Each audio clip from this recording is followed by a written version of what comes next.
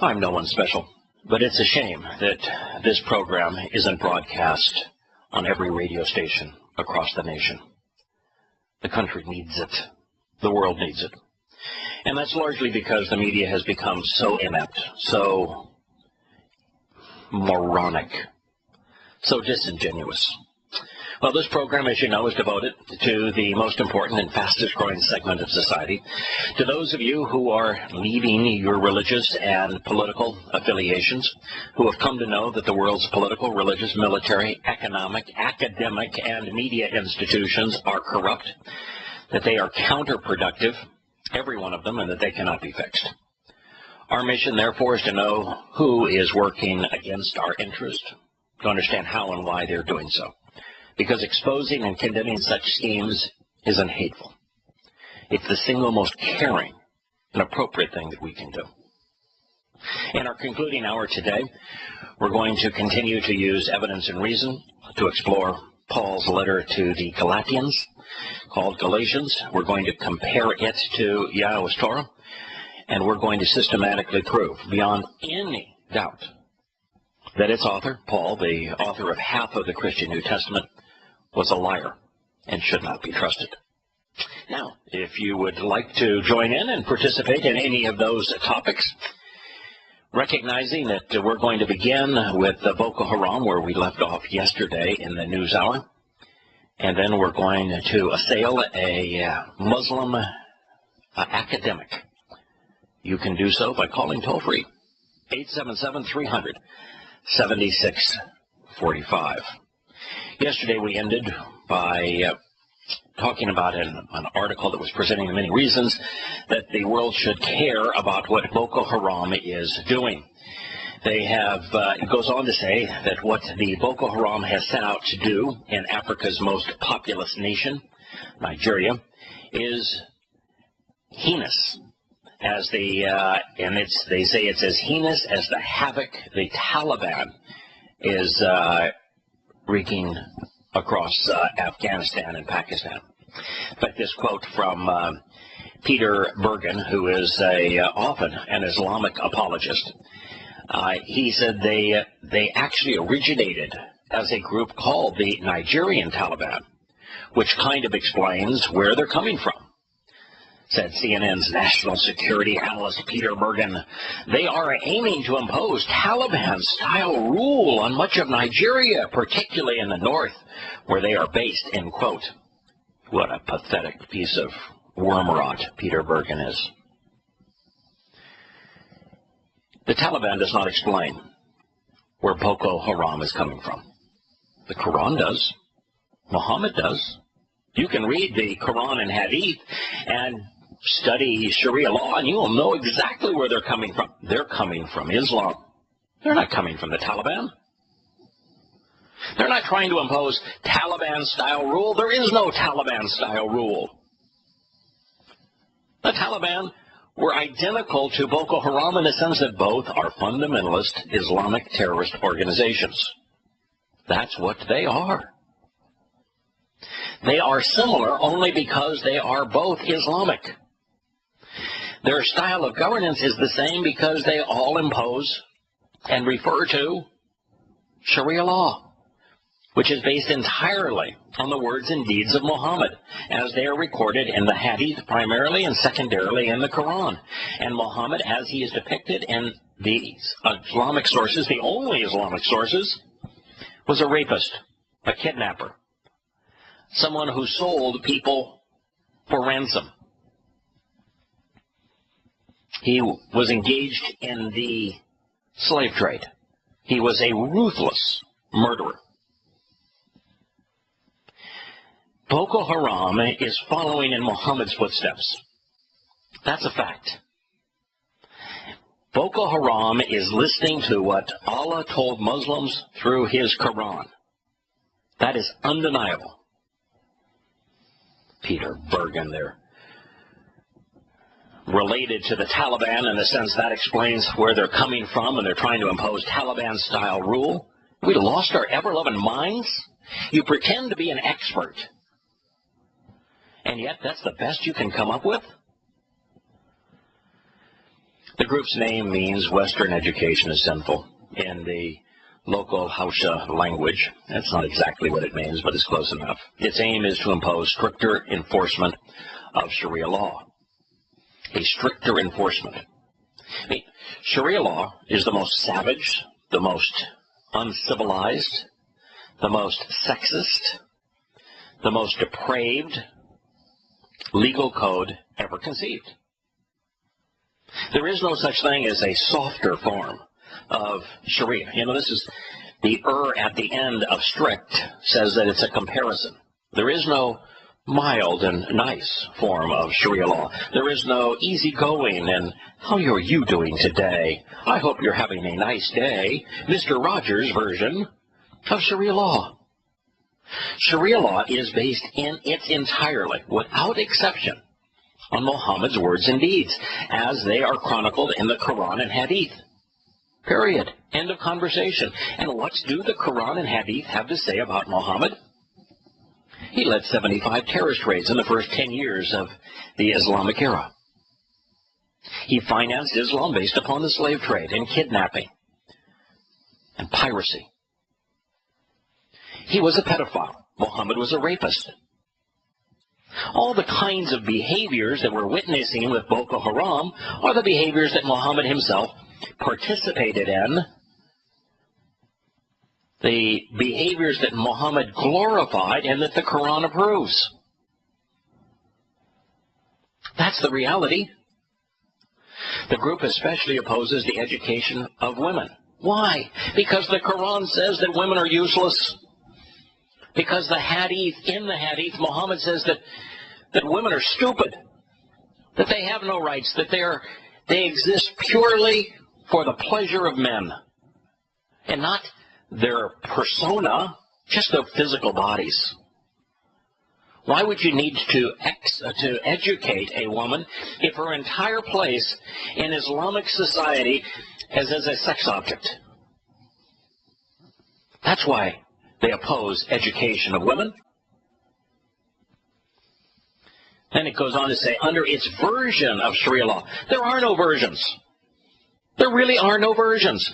Sharia law is based entirely on the Hadith and Quran. There are 4 early sources of Hadith. Actually 5, because the Quran itself is Hadith. Yes, the Quran is Hadith because Hadith are all reports from Muhammad and his companions. The Quran is an oral report from Muhammad and his companions. Those sources are, the first compiled was Ibn Ishaq. It is a collection of hadith put in chronological order that pertain to Muhammad, and therefore it's called the Sirah, or biography of Muhammad. Then there is the Tariq. The Tariq is the history of Islam's formation. It is another chronological collection of hadith. These all reports from Muhammad and his companions. And then there were 2 topical arrangements of hadith that were written within 200 years of Muhammad's death. Compiled within 200 years would be more correct. And they are by Bukhari and Muslim. That and the Quran are the only 5 sources that tell us anything about who Muhammad was, who Allah is, how the Quran came into being, and how Islam is to be interpreted. There are no other sources other than those 5 written within 250 years of Muhammad's death. Now that's it, folks.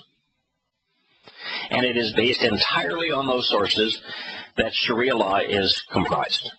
That means that there isn't one version versus another version. There is simply the Hadith and the Quran, one Muhammad, and what we know about him. It is a set of laws based upon the most repulsive person who ever lived. That's the reality. And you don't cherry pick the worst of Islamic terrorism verses from a sea of peaceful verses to come to that conclusion. The Quran and the Hadith are overwhelmingly repulsive. Morally repulsive. Vicious. Fixated on the worst of human behavior.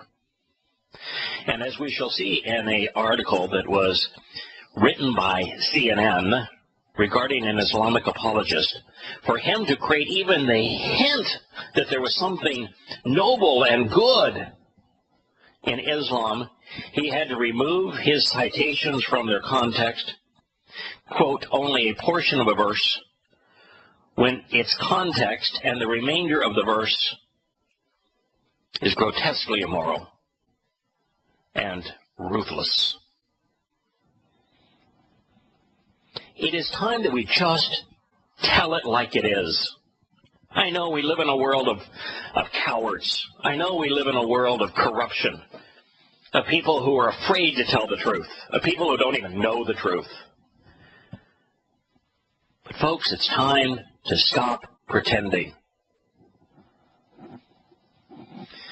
It says, under its version of Sharia law, women should be at home raising children, looking after their husbands, not at school, learning to read and write. No, the women should be at home as sex slaves. That's what the Quran says. The Quran doesn't give women the duty, responsibility of raising children. No, the Quran only presents women as objects to be owned and manipulated by men. And this is not a version of Sharia. This is the edicts and words and deeds of Muhammad, Islam's lone founder. Then consider its ties to Al-Qaeda, this article goes on to say. Then it says, oh, well, how closely related Boko Haram is to Al-Qaeda is hard to define. But the United States says it has links. It has no connection whatsoever to Al-Qaeda. The United States is just fixated on Al-Qaeda because it serves as a way to deflect attention away from the reality that all Islamic terrorism is motivated by Islam. But by using this Al-Qaeda name, the base, they create a fictitious foe. There is no association between Boko Haram and Al-Qaeda. They have an affinity. You can go to what motivates both of them. They are both Islamic.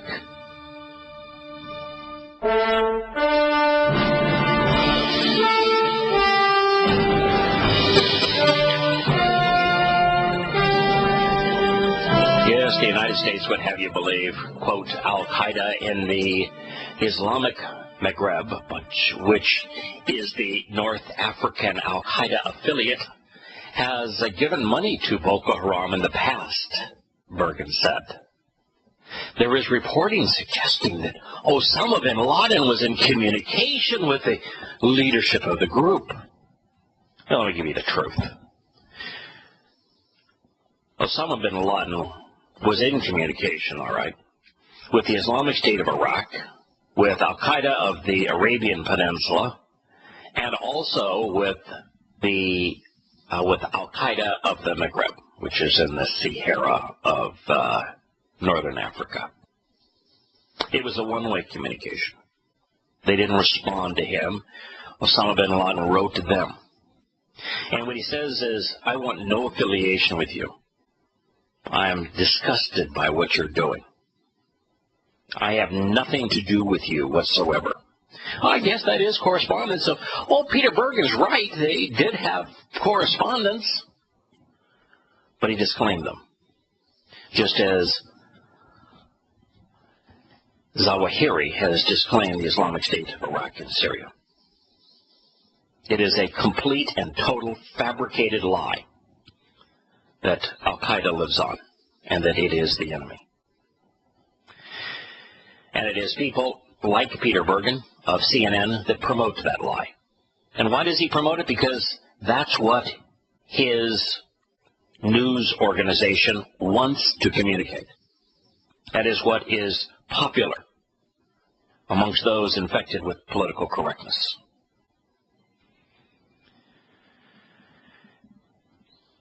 Daniel put it succinctly, people are thinking this doesn't affect my country, but I'm telling you, this is just the Daniel they're quoting here. It's not a Daniel that you would know. It's a Daniel mentioned earlier in the article that we talked about yesterday. That is just an average guy on the streets in Nigeria. People are thinking this doesn't affect my country, but I'm telling them terrorists didn't just wake up one morning and decide to become terrorists. He said, these guys, it takes years for them to decide to go out there and to commit these atrocities. So as the world, we have to come together and try to find a solution to this problem. You can't become a terrorist. There is no organization to join that says, okay, you are now a terrorist. There isn't some rite of passage where you go from being a non-terrorist to an affiliate terrorist to an apprentice terrorist to a full-fledged terrorist. Terrorism is a tactic. It has no agenda. It has no doctrine. It has no motivation. Terrorism doesn't exist as an organization, as an institution, or even as a problem. Terrorism is nothing but a tactic. It's a tactic that is as old as men and women have existed on this planet.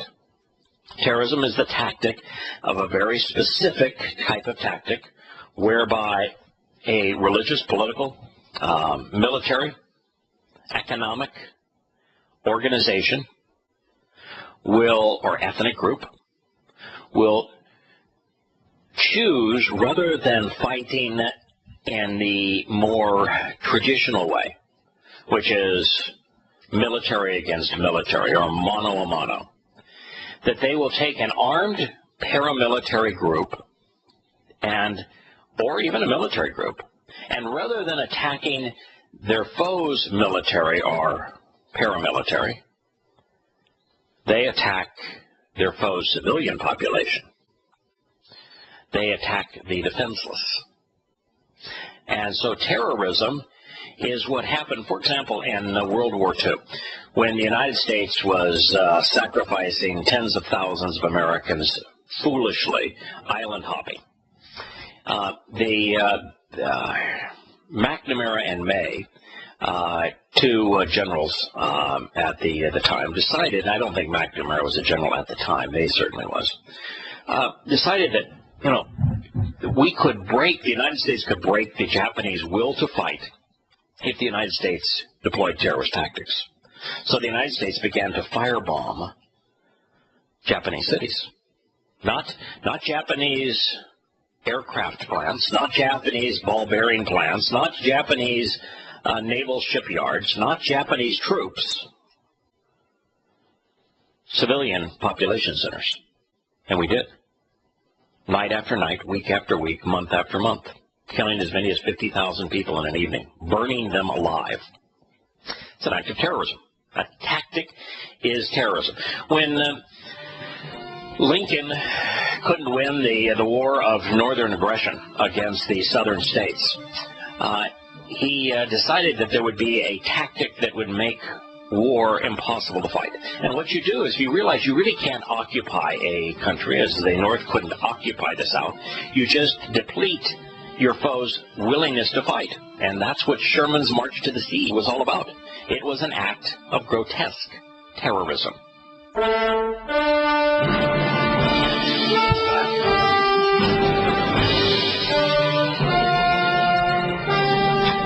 So here's this fellow on the street in Nigeria talking about people are thinking that this doesn't affect my country, but I'm telling you, them terrorists, they're going to wake up one morning and decide to become terrorists. These guys, it takes years for them to decide to go out there and commit these atrocities. So the world, we need to come together, come up with a solution. Come on, folks. Wake up. I mean, come on. Smell the roses. Take a deep breath. Open your eyes. Terrorism is a tactic. There is no such organization as a terrorist. There is no creed of a terrorist. Terrorists are found everywhere. There have been acts of terrorism since recorded history. Someone doesn't become a terrorist, they become a fundamentalist Muslim. They can become a jihadist. A jihadist has a definition. Someone who engages in warfare in Allah's name. They can become a mujahideen. They can become a fundamentalist Muslim who lives by the words and deeds of Muhammad. And by the way, it doesn't take very long. It doesn't take years. Someone exposed to the corrosive poison of Muhammad can be made into a monster in a matter of hours. Doesn't take years. And the solution to this problem is to shed our collective ignorance and to stop being so grotesquely irrational and grow up, get a backbone, stand up, and tell the truth. Expose and condemn the religion of Islam based upon its own scriptures. You don't have to make anything up. You don't have to cherry pick the worst from a sea of positives. Islam is vulnerable at its very core. Muhammad, Allah, the Quran, the Hadith, and the river of blood that has flowed out of these things. It is that simple. It is that important. The solution to the problem is to expose and condemn Islam and to hold the religion accountable. Are you willing to be part of the solution? Are you going to be like Daniel here? Are you going to be like Peter Bergen? Are you going to be like the idiot that we're going to talk about in a few minutes, who is a professor, the Muslim guy he calls himself, and be part of the merciless, sexist, and deadly plague that is the religion of Islam? The terrorists raided the girls' school in the middle of the night, posing as soldiers. After a gunfight with security guards, they stormed the students' dormitory and herded the girls into vehicles. Herded is the right term there, because these girls were nothing but domesticated animals from the Muslims' point of view. They herded them into the vehicles. These girls, by the way, the oldest of them was 15, the youngest around 12. They made their escape. The militants burned as they made their escape. The militants. Now, they're not militants. They're jihadists. They're mujahideen. Now, Islam has words that define who these guys are. Burned down nearby buildings in the northern town of Chibok. The girls disappeared into the night. By the way, one of the trucks broke down. A bunch of girls actually escaped. And the community there in Nigeria, they didn't bother to respond. The police, they didn't bother to respond. The army, they didn't bother to respond. Why? Because everybody's in the dark. They're all in denial. Even worse are fears that what will happen to the girls next. A new video from the purported leader, Boko Haram, details his chilling plan. Quote, "I abducted your girls. I will sell them in the market by Allah," said the man claiming to be Boko Haram's leader, Abu Bakr Shekau. We talked about Abu Bakr in our program yesterday. Abu Bakr is the name of Islam's financier, the only man who had means in Mecca to promote Muhammad, and he did. And he endeared himself with Muhammad that when his little girl was 6 years old, he tossed his little 6-year-old girl on Muhammad's lap, and then left the two of them in bed, closing the curtain, walking out of the tent when he was 50 years old. He sacrificed his own daughter on behalf of this despicable religion. That's who Abu Bakr is. That's why Islam has not changed in 1400 years. He said, "Yes, I abducted them and I will sell them in the market by Allah." The claim, if the claim proves true, the 276 teen girls could become child brides or sex slaves. What's the difference? What's the difference? What's the difference between a child bride and a sex slave? Any? These girls were kidnapped. They're captives. If you marry a captive to have sex with her, how is that any different than rape? Oh, is it prettier rape because you're calling her your wife? When you bought her because she was kidnapped and enslaved? The girls, of course, as the article says and affirms, that they are as young as 12, and the abductions are only getting worse. This from Reuters. The leader of Boko Haram on Monday threatened to sell more than 200 girls and his Islamist group kidnapped in northern Nigeria last month. Boko Haram militants stormed the all-girls school in the village of Chibok in the Borno state on April 14th and packed the teenagers who had been taking exams onto trucks and disappeared into the remote area along the border with Cameroon. By the way, these girls were Christians. They were Christians. Boko Haram is Islamic. The attack shocked Nigerians who have been growing accustomed to hearing about atrocities. Before I share the rest of that sentence. April 14th. What is it? Today is May 7th, right? May 7th? April 14th, May 7th? Yeah, that's what, 3 weeks? 3 weeks. What happened in the first few days, and then the first week, and then in the first few weeks when that Malaysian airplane disappeared from the skies and about 200 people disappeared? The whole world rallied, didn't they? The Chinese sent airplanes and ships. America sent airplanes and ships. The Australians dispatched airplanes and ships. Even the Vietnamese dispatched airplanes and ships, as did the Malaysians. The world was searching for these girls. The British and the French deployed their satellites, as did the Americans. The whole world was searching for a missing plane of some 200 people. Oh, they're on this program with Aaron. We used to constantly comment about how many stories there were about this missing plane. It was the Where's Waldo Today. I don't want to make light of the airplane. It's a tragedy. And yet 3 weeks ago, nearly 250 little girls were kidnapped. Christian girls kidnapped in Nigeria, pirated away by Muslim terrorists who are now threatening to sell them as sex slaves. And where's the world? Oh, yeah, yesterday, the United States, we're going to try, we're going to send somebody down there, we're going to send somebody to our embassy down there, and we're going to look for them for you. Yeah, we're going to be looking. No one else has done anything. What's wrong with us? Are we afraid that if we address this, we'll have to deal with the fact that Islam is barbaric?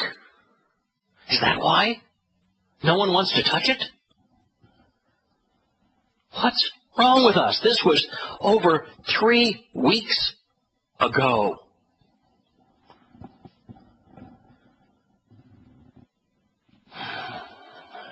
The attack shocked Nigerians who have been growing accustomed to hearing about atrocities and an increasingly bloody 5-year-old Islamist insurgency in the north.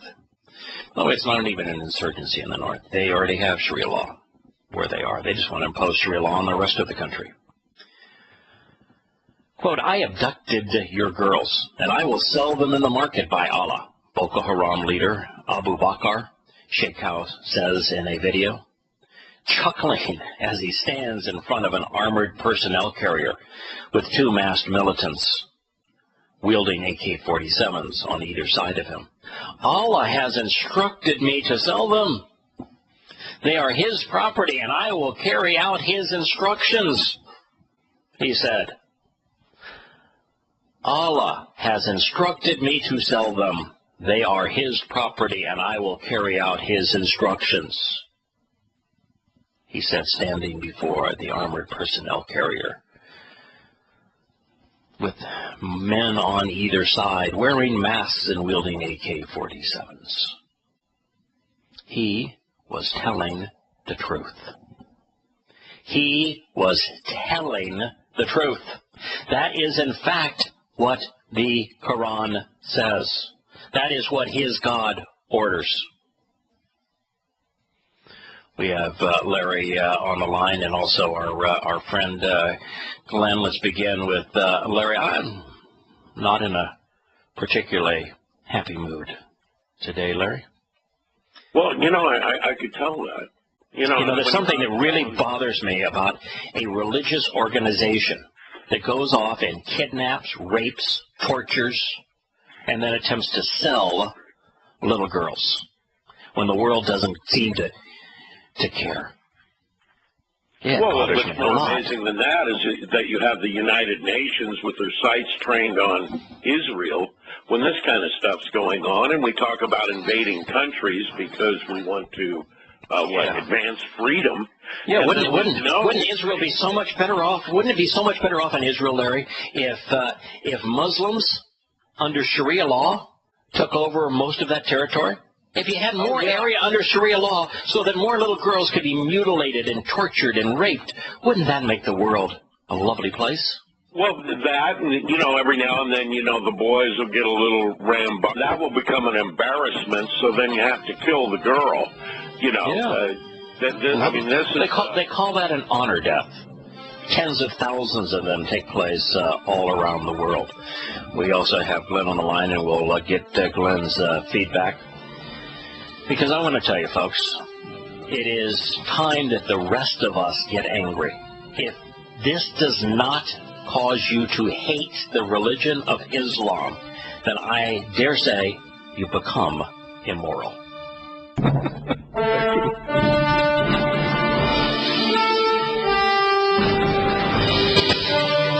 The militants who say they're fighting to reinstate medieval Islamic caliphate in northern Nigeria carried out a second bomb attack more than 2 weeks ago in the same area, killing 19 people and mutilating 34.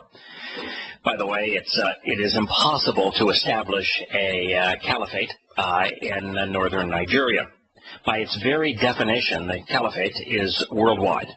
They are working, as are the same Islamic jihadists in Syria and Iraq and in Egypt and throughout the Islamic world, to establish a one-world government where the only religion is Islam. You cannot have a regional caliphate.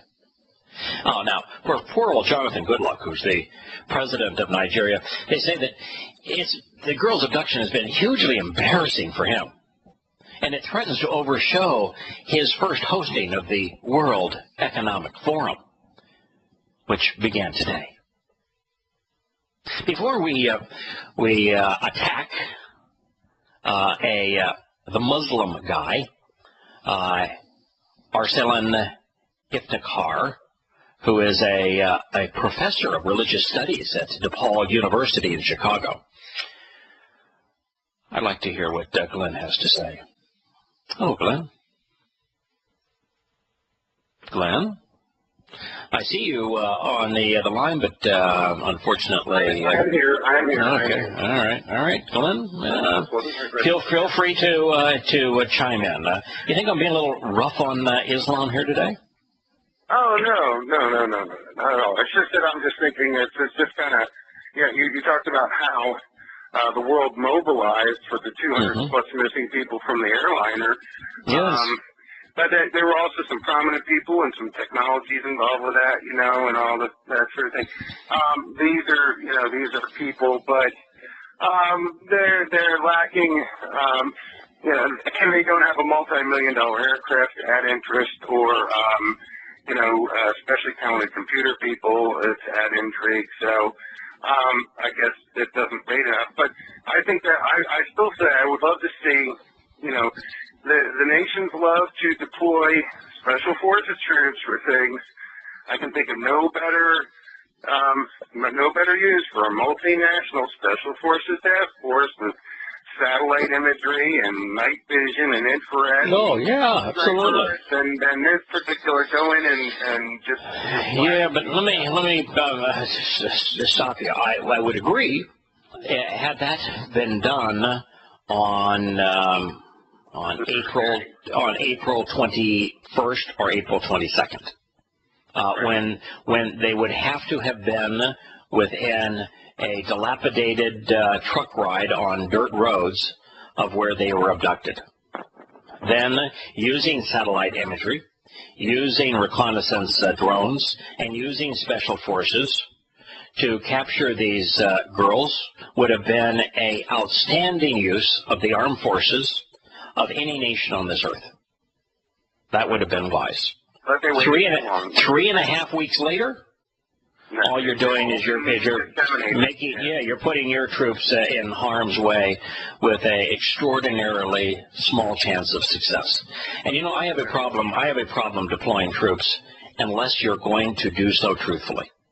You know, if you're going to deploy troops based on a lie, there is no cause worth fighting. Like Vietnam, where the Gulf of Tonkin incident did not occur. World War I, where we had so many of our sons die in trench warfare based upon the lie of the Lusitania.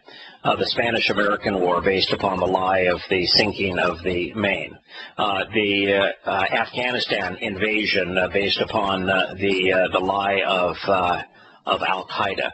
The invasion of Iraq based upon the lie of weapons of mass destruction. If you're going to send your troops into combat a foe, then the very least the leaders of that country can do is to tell the truth about that foe. And if they're not willing to do so, then I wouldn't even deploy troops, even on the 22nd day, because you're likely to do more harm than good when you don't explain what you're doing and why. The eggs are no longer in one basket. They've had a chance to disseminate these women. They can use them as hostages and threaten one. Every one of those girls has been raped. Right. Every one of them. Every one of those girls has been forced under torture to convert to Islam. They're all dispersed. It would, a raid now, you might free 10 of them. That would be good, but you ought not engage militaristically unless you're going to do so with full transparency, telling people why you're doing it, explaining who it is that you're going after. You don't have to give up the details of your mission, but at least explain the parameters for it.